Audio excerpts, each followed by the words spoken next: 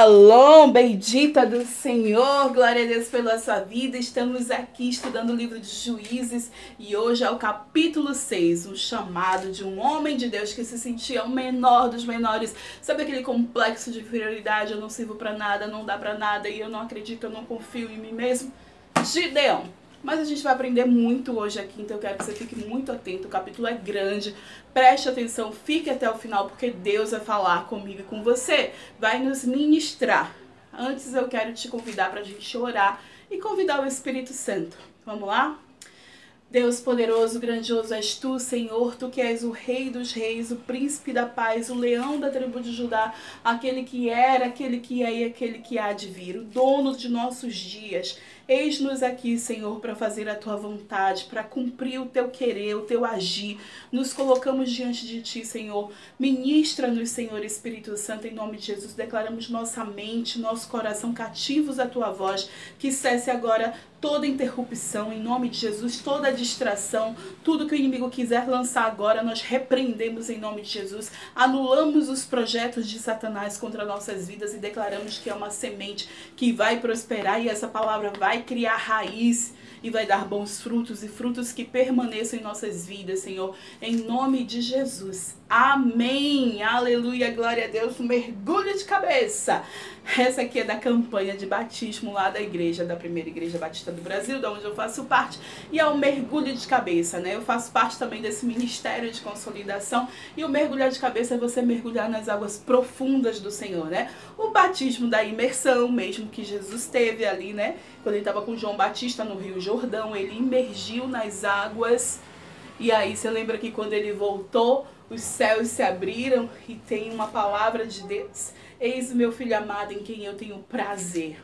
E é assim, o batismo é uma confirmação da sua fé, de que você decidiu largar o mundo e vir para Jesus. Então eu te convido, se você ainda não teve esse batismo de imersão, batismo nas águas, de você simbolizar para o mundo que agora você é de Jesus, tem esse batismo. É de Deus, é na palavra de Deus. Ele não é a salvação. A salvação, para você ter a salvação, a vida eterna, a Bíblia diz que basta você crer com o coração e confessar com a boca que Jesus Cristo é o Senhor. Mas o batismo é uma confirmação de que agora você é de Jesus. Então, tem esse batismo, não tenha dúvida. O único requisito é você crer que Jesus Cristo é o Senhor, é o Filho de Deus. É você que confessar o restante. Deixa o restante de lado. Isso não é requisito para você se batizar. O único é realmente, se você não crê, ok, tudo bem, fique tranquilo. Agora, se você crê, se você quer Jesus para sua vida, venha, mergulhe de cabeça. Aleluia, glória a Deus. Bom, vamos aqui para o capítulo 6 do livro de Juízes. A gente vai ler aqui sobre Gideão.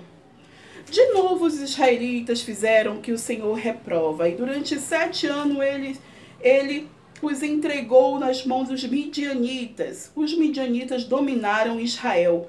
E por isso os israelitas fizeram para si esconderijos nas montanhas, nas cavernas e nas fortalezas.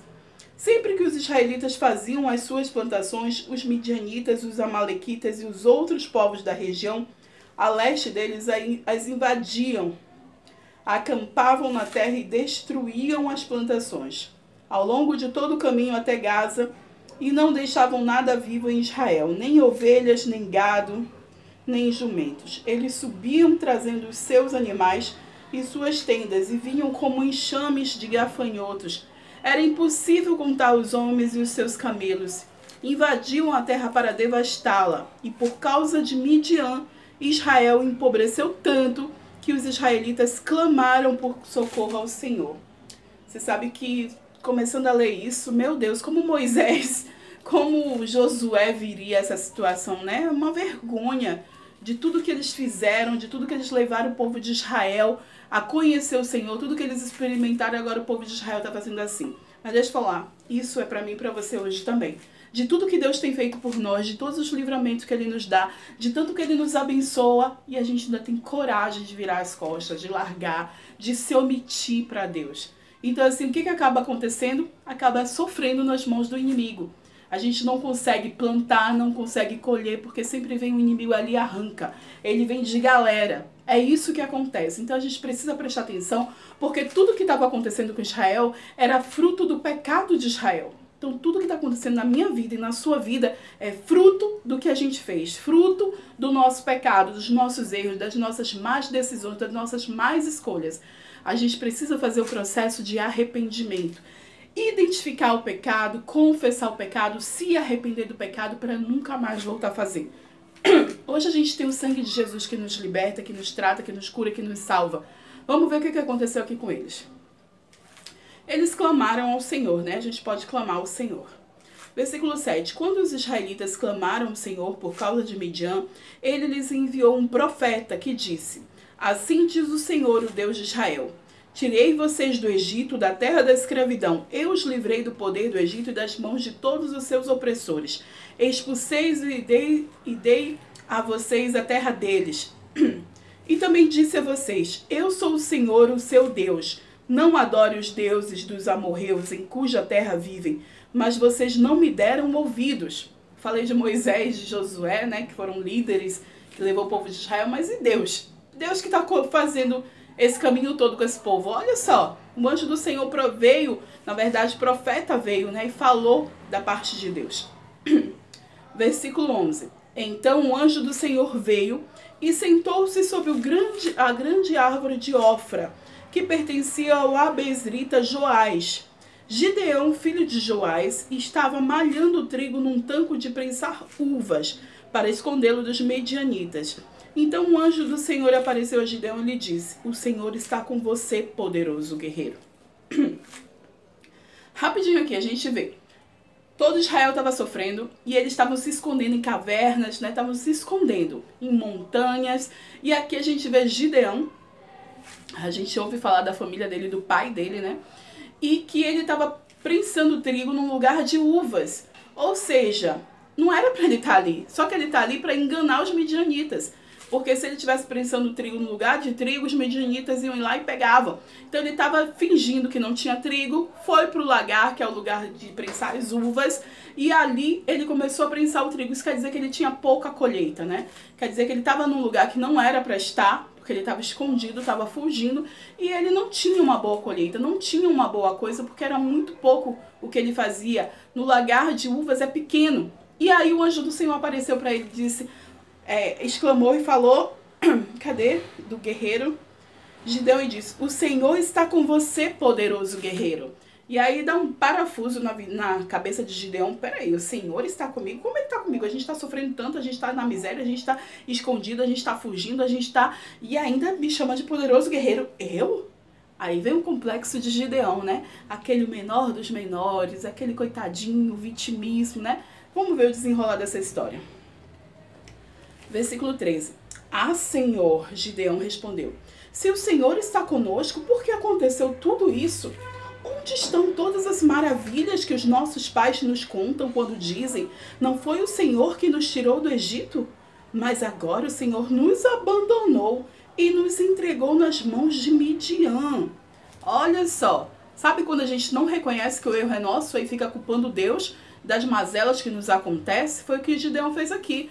Culpou Deus como se Deus tivesse abandonado, mas Deus deixou tão claro o que aconteceria se ele se misturasse com os povos, se ele se casasse com os povos, se eles adorassem outros deuses. Exatamente isso que aconteceria, eles seriam entregues aos inimigos. Então assim, está muito claro que é uma consequência do pecado. E que esteja claro na sua vida também, para que você consiga identificar onde está o problema, onde está o erro, e não ficar acusando Deus. Ai, Deus me esqueceu, Deus não me ouve, Deus não ouve minhas orações, Deus não me ama, Deus não me quer. Chega disso. Chega disso em nome de Jesus. Versículo 14. O Senhor se voltou para ele e disse: com a força que você tem, vá libertar Israel das mãos de Midian. Não sou eu quem está enviando? Ah, Senhor, respondeu Gideão, como posso libertar Israel? Meu clã é o menos importante de Manassés, e eu sou o menor de minha família. Eu estarei com você, respondeu o Senhor. E você derrotará todos os midianitas como se fosse um só homem. E Gideão prosseguiu: se de fato posso contar com o teu favor, dai-me um sinal de que és tu que estás falando comigo. Peço-te que não vás embora, até que eu volte e traga a minha oferta e coloque diante de ti. E o Senhor respondeu: esperarei até você voltar. Gideão foi para casa, preparou um cabrito e com uma arroba de farinha fez pães sem fermento, pôs a carne no cesto e o caldo numa panela, e trouxe-os para fora e ofereceu-os a ele sob grande árvore. No Oriente era assim, né? Eles ofereciam os banquetes, ele nem tinha esse dinheiro todo, esse negócio todo, mas ele fez um banquete e ofereceu. De repente ele até esperava que tivessem sobras para ele levar para casa dele, para a família dele, mas não foi isso que aconteceu. Versículo 20. E o anjo de Deus lhe disse: apane a carne e os pães sem fermento, ponha-os sobre esta rocha e derrame o caldo. E Gideão assim o fez, e com a ponta do cajado que estava em sua mão, o anjo do Senhor tocou a carne e os pães sem fermento. O fogo subiu da rocha, consumindo a carne e os pães. E o anjo do Senhor desapareceu. Quando Gideão viu que era o anjo do Senhor, exclamou: ah, Senhor soberano, eu vi o anjo do Senhor face a face. Perdão. Disse-lhe, porém, o Senhor: paz seja com você, não tenha medo, você não morrerá. E Gideão construiu ali um altar em honra ao Senhor e lhe deu este nome: o Senhor é paz. Então falou Adonai Shalom, né? Shalom Adonai, o Senhor é a paz. Adonai que é Senhor, Shalom que é paz, né? Então, Shalom Adonai em hebraico. E até hoje o altar está em Ofra dos Asbieritas. Naquela mesma noite o Senhor lhe disse: separe o segundo novilho do rebanho do seu pai, aquele de 7 anos de idade, despedace o altar de Baal, que pertence a seu pai, e corte o poste sagrado de Azerá, que está ao lado do altar. Depois faça um altar para o Senhor, o seu Deus, no topo desta elevação. Ofereça o segundo novilho em holocausto, com a madeira de poste sagrado que você irá cortar. E assim Gideão chamou 10 dos seus servos e fez como o Senhor lhe ordenara. Mas com medo da sua família e dos homens da cidade, fez tudo de noite e não durante o dia. De manhã, quando os homens da cidade se levantaram, lá estava demolido o altar de Baal, com o poste sagrado ao seu lado, cortado, e com o segundo novilho sacrificado no altar recém-construído. E perguntaram uns aos outros: quem fez isso? Depois de investigar, concluíram: foi Gideão, filho de Joás. E os homens da cidade disseram a Joás: traga seu filho para fora, ele deve morrer, pois derrubou o altar de Baal e quebrou o poste sagrado que ficava ao seu lado. Joás, porém, respondeu à multidão hostil que o cercava: vocês vão defender a causa de Baal? Estão tentando salvá-lo? Quem lutar por ele será morto pela manhã. Se Baal fosse realmente um deus, poderia defender-se quando derrubado esse altar. E por isso, naquele dia, chamaram Gideão de Jerubaal, dizendo que Baal dispute com ele, pois derrubou o seu altar. E nesse meio tempo, todos os midianitas, amalequitas e outros povos que uniram seus exércitos, atravessaram o Jordão e acamparam no vale de Jezreel. Então o Espírito do Senhor apoderou-se de Gideão, e ele, com toque de trombeta, convocou os asbieritas para segui-lo. Enviou mensageiros a todo Manassés, chamando-os a armas, e também a Azer e a Zebulon e a Naphtali, que também subiram ao seu encontro. Gideão disse a Deus: eu quero saber se vais libertar Israel por meu intermédio, como prometeste. Vê, colocarei uma porção de lã na eira, se o orvalho molhar apenas a lã e todo o chão estiver seco, eu saberei que tu libertarás Israel por meu intermédio, como prometeste. E assim aconteceu. Gideão levantou-se bem cedo e no dia seguinte torceu a lã, encheu uma tigela de água de orvalho, da chuva. Disse ainda Gideão a Deus: não se acenda a tua ira contra mim, deixe-me fazer só mais um pedido, permite-me fazer mais um teste com a lã. Desta vez ficar seca a lã e o chão coberto de orvalho. E Deus assim fez naquela noite, somente a lã estava seca e o chão estava todo coberto de orvalho.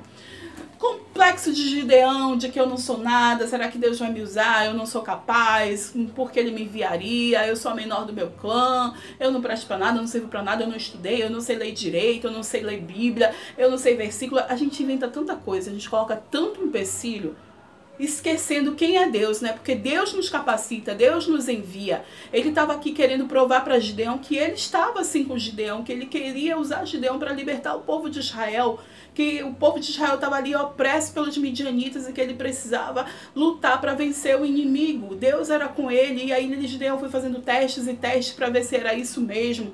Então assim, eu e você, ok a gente pedir um sinal de Deus, mas quando Deus der, vamos avançar, Mara. Não fica ali inventando mais coisas, mais ladainha não, a gente vai avançar. A gente vai na força que o Senhor nos deu, porque o Senhor nos capacita, porque o Senhor é a nossa fortaleza, porque nós com Deus somos maioria. E o diabo não pode, o inimigo não pode. Então a gente precisa estar respaldada pelo Senhor e ir. Confiar e ir. Amém?